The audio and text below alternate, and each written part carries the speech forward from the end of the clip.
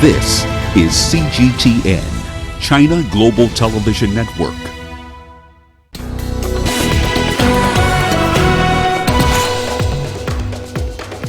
President Mutharika in Libya, and South Africa's Ramaphosa must live only on CGTN. I'm Karen Roberts, live in Nairobi. Ucha Okoronkwa joins me now with all your business headlines. Thank you, Karen. And here's a look at what... And Uganda struggles to control plastic.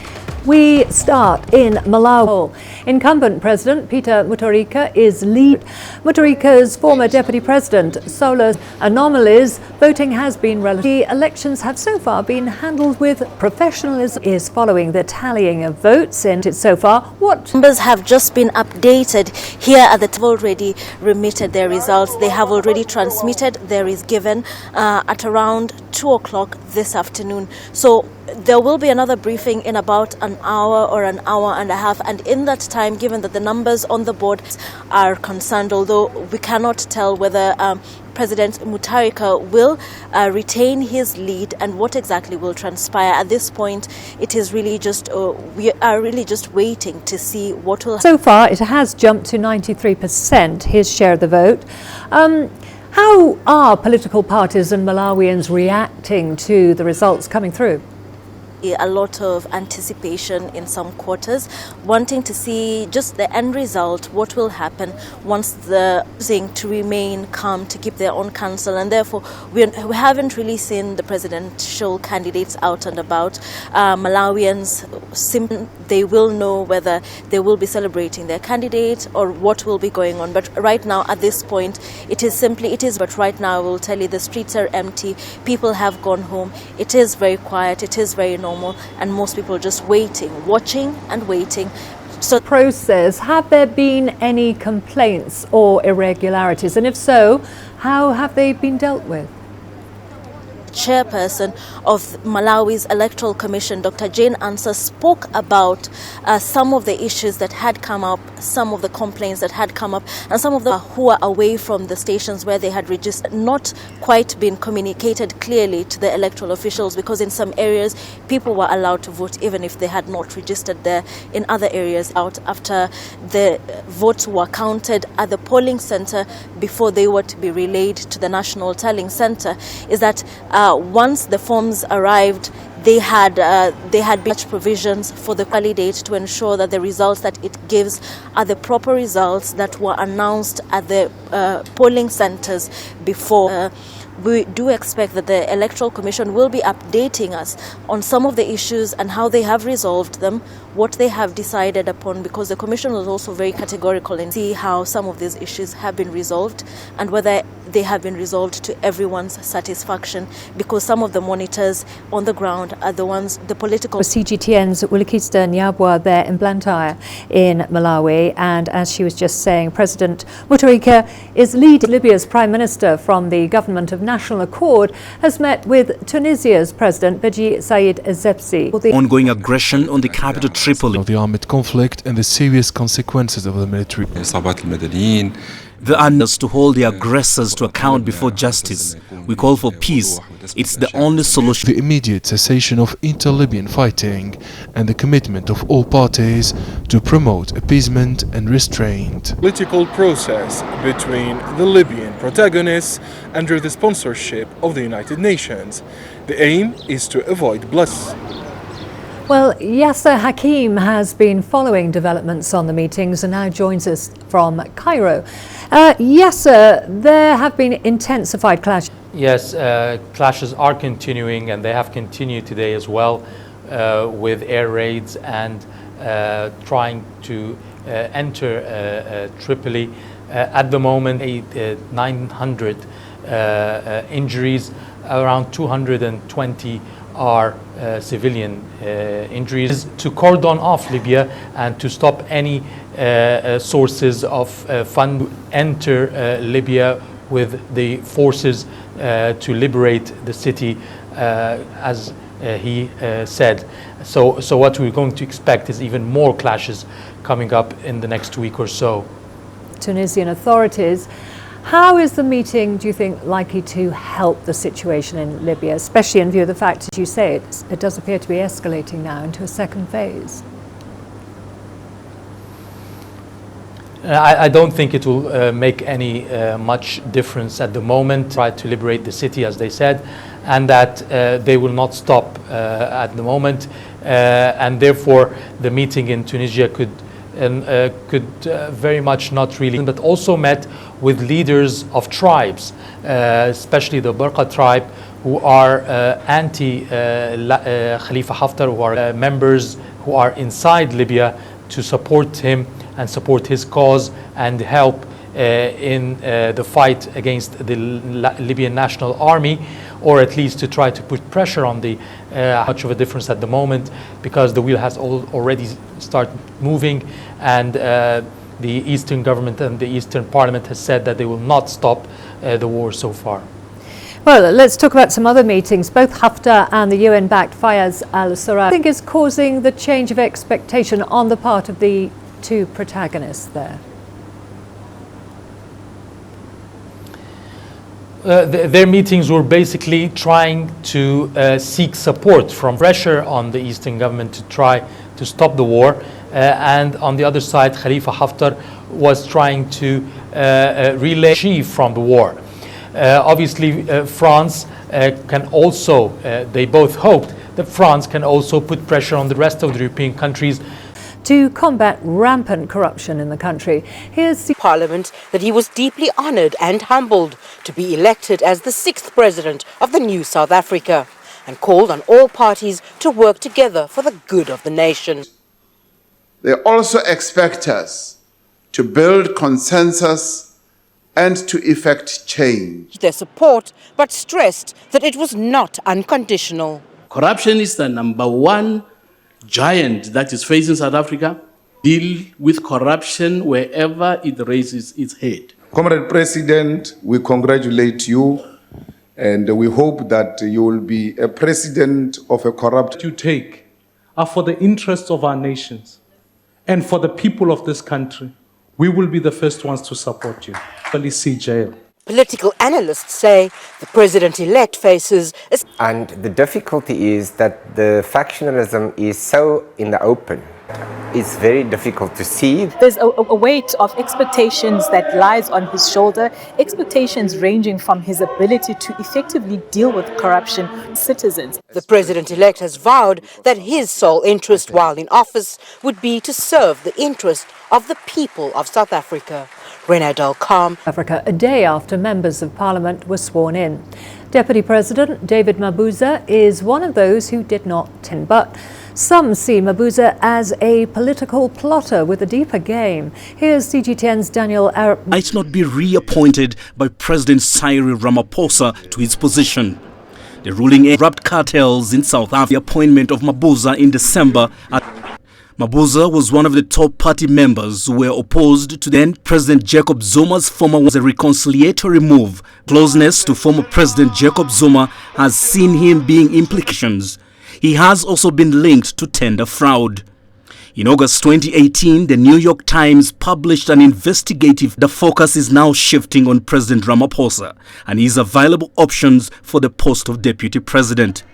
Interestingly, the person that Mabuza had once fronted, Mandisa Pandor.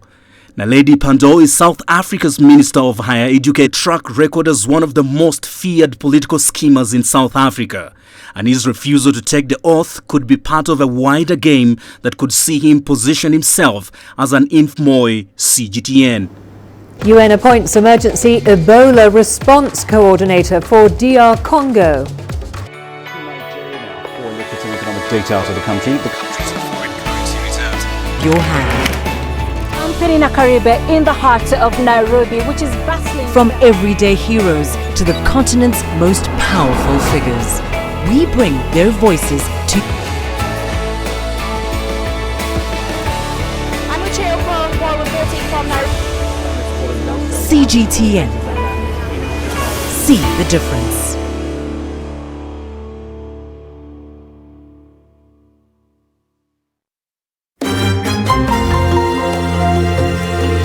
AfricaLive. Find your voice.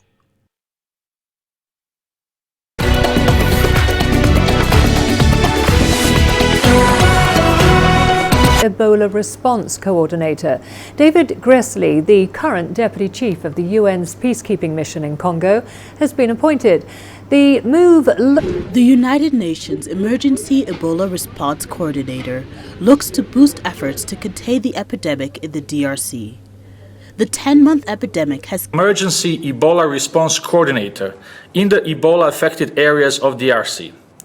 Mr. Gressly, who brings a wealth of humanitarian leadership and political and security experience to the role, will report to the Special Representative and work to ensure that an enabling environment, particularly security and... to the provinces of Ituri and North Kivu. But violence as well as communities... of unprecedented complexity for a public health emergency. Insecurity and UN-wide response is required to overcome these operating constraints, and this includes moving senior leadership and operational decision-making to the epicenter, SRSG Gressly. It's hoped that with stronger political engagement, better access to communities in need can be negotiated. Astatal, CGTN. Shasa with an update. Chris, as we were hearing there, the UN in Congo, how is this going to help with containing the disease, would you say? Response is concerned, particularly security and the political, all the international health experts who are working believe that if they have one person who is coordinating this entire effort, then troops to combat them isn't the solution. So they need to get the goodwill of the local leaders, and that's what this is all about. And Chris, how has the government reacted to this appointment? They haven't got any official communication about this appointment, and so they cannot react right now. They just heard about it from the media. But I must add that together with the international community, and so there's optimism among the DRC officials that they will bring this outbreak to an end. Okay, 5 civil society activists who were arrested on allegations of magistrate. CGTN's Farai Makatuya has the latest on that. The 5 were picked up at the Robert Mugabe and were taught to use firearms and to mobilize citizens to turn against the government. Our pro-democracy voices. Last month, a government minister said he had gathered intelligence of an international sponsored plot to mobilize civic society groups to turn against the government. President Emmerson Mnangagwa's government accuses some civic society and to participate in violence such as what was seen in January following Somalia. The UN has been warning of a major humanitarian failed. 2 million Somalis are already food insecure. Combined with ongoing armed conflict and perpetual internal displacement, the situation is expected to deteriorate in the months ahead. Security Council that the humanitarian situation in Somalia is rapidly deteriorating. 2 consecutive diminished livestock conditions. At this point in the season, any rainfall that is received will be too little and too late. Food insecurity has already increased by 10%. The situation is expected to worsen. By July, 5... The humanitarian official said Somali civilians have borne the brunt of ongoing armed conflict. Exposed to targeted attacks, assassinations and indiscriminate attacks. Children continue to be killed and maimed in grave violations. Mr. President, globally. Federal government reform efforts have encountered inevitable resistance as they entail dismantling to increased accountability, taking but an inclusive approach of building relationships with all stakeholders to demonstrate that reforms will yield. Due to the long-standing arms embargo, it's with this regret that decisions made here in the Security Council and UN helps like Al-Shabaab give a comparative advantage to Shabaab and continue to enjoy as a result. While calling for greater support from the global community, the officials emphasized the need for Beryl Oro, CGTN. To Ethiopia now, where over 1 million people have been displaced in Iyo and Guji areas. CGTN's Coletta Wanjoe visited a village in the southern region of the country where people have returned home to try to rebuild their lives while still living. For April 2018, when his village in the Gedeo area was attacked by those from neighboring Guji. Before we were displaced, we ate good food, had good furniture. Now all of us get quality food. Before we had good lives, but now we have lost everything. Now emergency aid sheets and nails, but the property is much smaller now. But his family is lucky. Only 500 households in his village have received the same assistance. The timeline for us is we are taking the resources from projects maximum 6 months, 8 months, 3 months, and so on. So that is around 100 kilometers away from the village, hundreds line up to collect relief, and her mother, who has been their breadwinner for 10 years, cannot provide enough for her family. As the eldest daughter, she has taken the responsibility during this tough. But at this time, there's no one working on it. What they are giving of a household receives wheat, peas, and cooking oil. The relief food distribution is planned to last until the 31st of July. Government insists the return of people to their homes so far is voluntary. The efforts that have been done in terms of reinstating people back into their locales is also looking at trauma counseling and ensuring that they're getting the necessary for them to return to that. However, for the returnees like Brahanu, there are still major concerns. Our fear is because those who burned our homes have not been arrested, even those perpetrated. Telecom CEO's planned exit has been postponed for a year. Africa is at the crossroads where opportunity meets innovation, where profitable new markets, colorful, vibrant and exotic, fuel its engines of growth. Only on CGTN Voice. Start off in Kenya, where the chief executive of Safaricom, Bob Collymore, says he will stay on in his step down in August for health reasons, but the government's insistence he should